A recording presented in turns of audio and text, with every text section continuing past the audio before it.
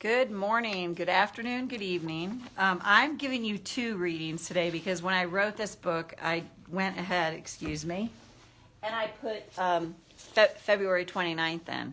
So since we're bypassing February 29th this year, I'm going to read both today. So February 28th and February 29th, and they're both about a similar topic.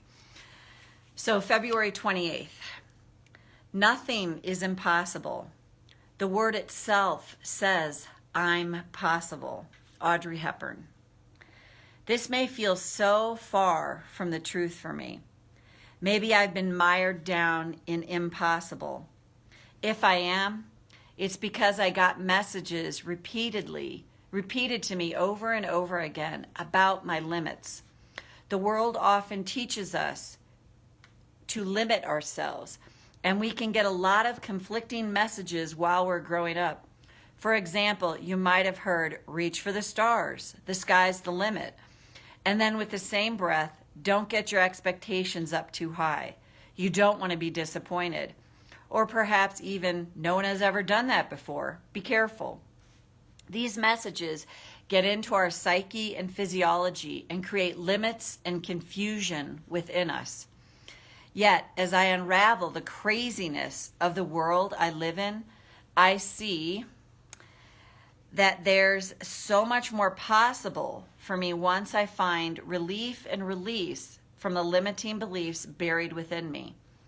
As I free myself from the limitations with tapping, I gain more access to the prefrontal cortex, the non-reactive, more creative, rationally thinking part of my brain. If I'm a spiritual person, I open up to a higher power. Either way, I can move beyond what has limited me to a place of possibility. Thought for the day? Today I can try tapping when I hear the voice that says, it's impossible, just to find relief. In this way, I open up to more possibility. And before I read February 29th, since you're getting a double header today, since we are missing February 29th this year, that's the way I look at tapping is you just want to find relief.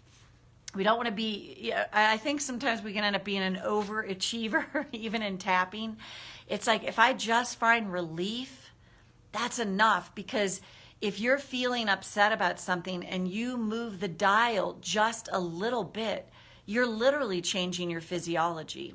And tapping has this cumulative effect. So that the more you do it, the more it shifts. And I sent a tapping script to someone in the wee hours of the morning that was really struggling with something. I was like, I'm just going to do this. I felt compelled to do it. And it really was just relief. And they responded back, oh my gosh, I feel relief. And then they kept tapping. And then some big stuff came up, and then they tap more and they find relief. But the beauty is, if you reach something that feels like, oh my God, that's too much. The key is to keep tapping, because it's actually a great sign that you're filled with a lot of emotion about something, because that emotion's been trapped in your body, in your nervous system for realistically decades. And as you start to open up to that, you start to release it. So it's like getting over the hump of that. And I know this for my own self. I go back to when my sister died. And then I find out on the same day our cat's missing. And I had like all kinds of trauma coming up about that. And I literally felt quite overwhelmed by it. But I know tapping enough to know I just have to keep tapping, And I got some assistance with it, and I got to the other side of it. And I felt such relief. Now, did I feel like, oh, it's just happy thoughts? No, because my sister had passed and my cat was killed on the same day. What I was left with was this amazing, beautiful grief. I was allowed to grieve through this process without this extra emotion getting in the way of that. That's the beauty of tapping. So let's read February 29th. You can start with nothing, and out of nothing, and out of no way, a way will be made. Michael Bernard Beckwith. That's one of my all-time favorite quotes. You can start with nothing, and out of nothing, and out of no way, a way will be made.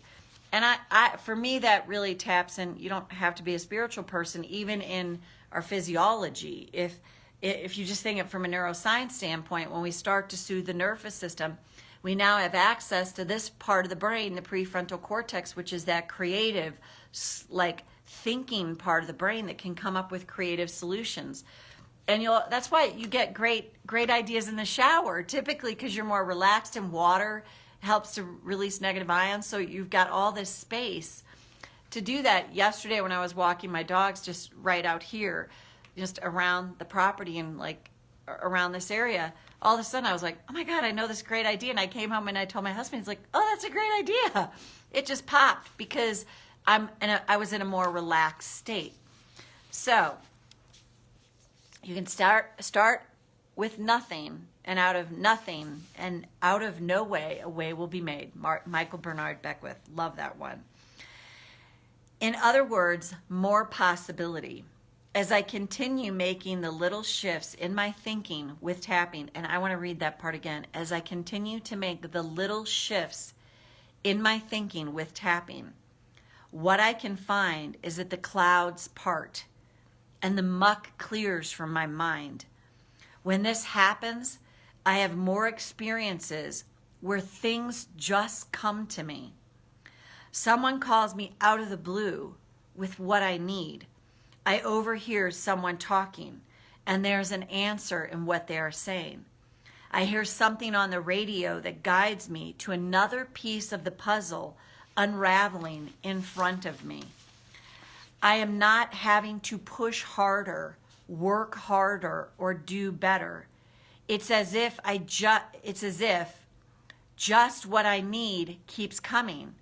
I get an intuitive impulse, I act on, and things fall into place. It flows where things just keep coming, and before I know it, I'm smiling brightly at how things are working out for me, and not with a pushing, get it done energy. Could it be I'm in the flow of life? And isn't this really the way it's meant to be for all of us? I just know I like it a lot. Thought for the day. What if today I can repeat to myself, when things feel hard, I am open to the flow? And again, it's funny, as I've woken up from the nightmare of my life and the nightmare of my programming and all the limits that were placed on me, I really do feel like you start to tap into more of possibility, which I honestly believe is the way it's meant to be for all of us. I mean, I remember as a kid when I used to watch Bewitched, and I remember thinking, I think we're supposed to be able to do this. But, there's no support or anything around that for us. So we start to fall away from that. And then we start to feel like we've got to make it happen. We've got to do it. We start to push the ego's agenda that can mess us up all the time until we take a step back. I'll tell one other quick story. Hey, Diane. So great to see you. A number of years ago, I was doing an EFT radio show, a podcast, and I'm pretty regimented. Like I got my calendar, what I kind of have to be with appointments, and if things fall away, I fill it in with something else. It just fits my personality in that way. And this one day, I had it written down, this space that I was going to record the radio show, and I get to that time, and I'm like, ugh. Like I had no inspiration. I did not want to do it at all. And I kept hearing this little voice, go for a mountain bike ride, go for a mountain bike ride, go for a mountain bike ride. And I'm like, it's like 1:00 on a Thursday. I can't go for a mountain bike ride. Oh, tell Mish hi to Diane. Hi to you both. Much love to you both. And I'm like, and all of a sudden I'm like, oh, I just let go. And I went for the mountain bike ride. I felt like a little kid out there. I'm pumping away on the bike. And I'm like, it was a glorious day. It was so beautiful out. I ended up being filled with inspiration. And while I was out there riding my bike, all of a sudden I was like, oh my God, I know exactly what to talk about on the radio show. I came home and I recorded it, edited it, and uploaded it in 45 minutes. And it was seamless. And that's just a great example of when we stop pushing ourselves, because I have a freaking PhD in pushing myself harder because that's what I learned and it tends to fit my personality, but it's not good for me. So it's that continual unhooking process from pushing harder, doing more. And there's so many pithy things in our culture about hard work. Well, I know a ton of people who've worked really hard and they are not where they want to be. So if hard work really got it done, they'd be in a much different place. So it's just starting to question all those things. But Diane, so great to see you. Yes, hi back to you and Mish. And that's who I can see is here. So you got a double header today, the 28th and the 29th, since tomorrow's March 1st. And tomorrow is going to be the start date of the certification program that I'm starting, but I pushed it back to the 29th of March. So if you know anyone that's interested in getting certified in a transformational tapping, just let me know. I'm also, people get an affiliate link where you can actually get some spending money to do that. So Diane, great to see you. Take good care, and see you next time. I'm going to figure out what I'm doing next. Bye.